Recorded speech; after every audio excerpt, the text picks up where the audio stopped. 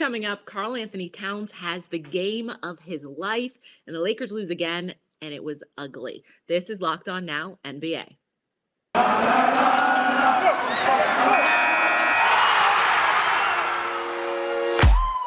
The biggest games, the best performances, expert analysis. You are Locked On Now.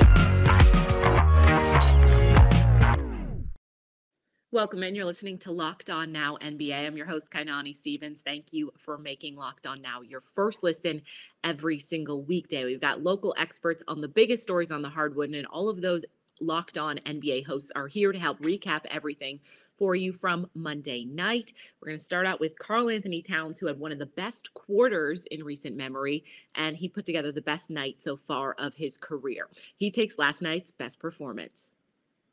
The best performance. Hold up. Ben Beacon with Locked On Wolves here. Karl-Anthony Towns dropped 60 points tonight, 60 and 17, as the Timberwolves beat the San Antonio Spurs by 10. Karl-Anthony Towns scored 32 in the third quarter. It was the fifth most points in a quarter ever in NBA history. 60 points was the most in the NBA this season. He had 56 at the end of three quarters. There's really, that's the story in this game. This was just one of those, high scoring, no defense games in the first half. The third quarter, it kind of turned from, oh man, the Wolves might lose to the Spurs, to all of a sudden, no way, Karl-Anthony Towns is going to have a 30-point quarter. Somewhere in the middle of the third quarter, this flipped from a little bit of a disappointing, kind of embarrassing, perilous game that Timberwolves might lose to a Spurs team that's not very good. But then all of a sudden, Karl-Anthony Towns completely took over. And he had 26 at halftime. He was good in the first half. But the third quarter, the full arsenal was on display. He made 7 threes in this game, including a three that capped the night off that got him to 60 points, 7 of 11 from outside the arc. He got to the free throw line 16 times, made 15 of them. He scored in the post. The Spurs tried to guard him with a big for most of the game. Jakob Poeltl, Zach Collins, neither one of them could slow him down. And for whatever reason, the Spurs continuously tried to cover him one-on-one, and Towns absolutely took over. We're going to talk all about the dominant performance. What happened to the Wolves defensively? We'll talk a little about that, but this is mostly about Karl-Anthony Towns, a celebratory night for the Wolves as they beat the Spurs by 10. It's all upcoming on the postgame podcast. Make sure you subscribe to Locked On Wolves for all things Timberwolves. The young Cleveland Cavaliers beat the veteran Los Angeles Clippers on Monday night thanks to a new career high from their rookie star and more clutch performances from some up-and-comers on their roster. Locked On Cavs tells you who stepped up and how they helped beat the Clippers. What's going on, everyone? Evan Dammerel here, co-host of Locked On Cavs, with the Locked On Now takeaway after the Cleveland Cavaliers 120-111 win at Rocket Mortgage Fieldhouse over the Los Angeles Clippers. There were a lot of notable performances tonight for Cleveland in this win, including rookie Evan Mobley, who had 30 points, which is a career high, or Darius Garland, who's phenomenal, which were his head coach J.P. Bickerstaff's words, not just mine. But I think a lot of attention should go towards sophomore starting shooting guard Isaac Okoro. Okoro finished the night with 20 points, 5 rebounds, 5 assists, 1 steal, 1 block. Granted, had quite a bit of fouls, but I think if you ask Cleveland, this is exactly what they were looking for in terms of Okoro's production on both ends of the floor that would justifiably make him the starting 2 guard going forward. Hopefully this just isn't a flash in the pan and some signs of more to come. You hear about this on tomorrow's Locked On Cavs on the Locked On Podcast Network. The Jazz offense sputtered in the fourth last night and handed them their 4th loss in their last 7 for Utah. Now, trying to get back on track here before the playoffs, Locked On Jazz tells us what Utah needs to do to right the ship.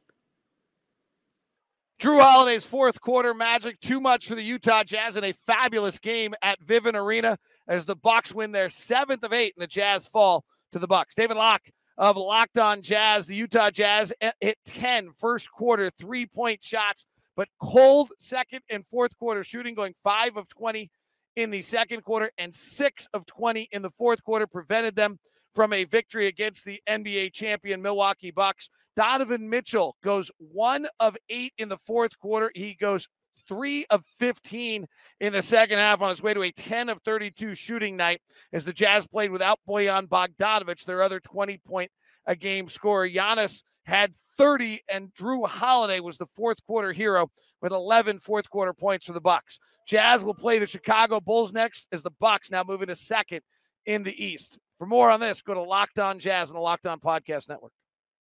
The Charlotte Hornets won yesterday as they continued their fight for a position in the East play-in tournament. Locked On Hornets recaps how Charlotte managed to pick up a blowout win by dominating the Thunder. The Charlotte Hornets win in blowout fashion, 134-116 over the Oklahoma City Thunder. I'm Doug Branson from the Locked On Hornets podcast. And the big story from this one is that the Charlotte Hornets have really kept the wheels from completely falling off and have stayed competitive in an Eastern Conference play-in battle that is really heating up with a month left to go in the season. Terry Rozier has been playing out of his mind. Had he played this way at the beginning of the season instead of being hampered by ankle injuries, the Hornets probably would have had a second All-Star because Terry Rozier is a scoring machine right now, cannot be stopped. Their actual All-Star LaMelo Ball seems to be finding his groove once again. He's cut his hair short and he's playing a lot more confidently. He was really a big factor in the third quarter of this game. Also a factor, Isaiah Thomas, who has been signed for the rest of the season. He has been a strange X factor, a team that needs defense. They had an offensive player, but he has provided an absolute punch, and the Hornets can definitely throw an offensive punch. For more on the Charlotte Hornets, make sure you are listening to the Locked On Hornets podcast with myself and Walker Mail.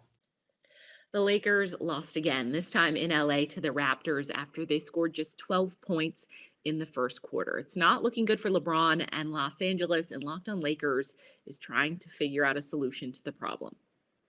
Zany Kamenetsky, co-host of the Locked On Lakers podcast, and the Lakers lose 114-103 to the Raptors. And like Sunday's loss to the Phoenix Suns, the first quarter was an absolute train wreck. They were outscored 33-12, which ties the lowest output for a quarter this season, which means they've done this more than once.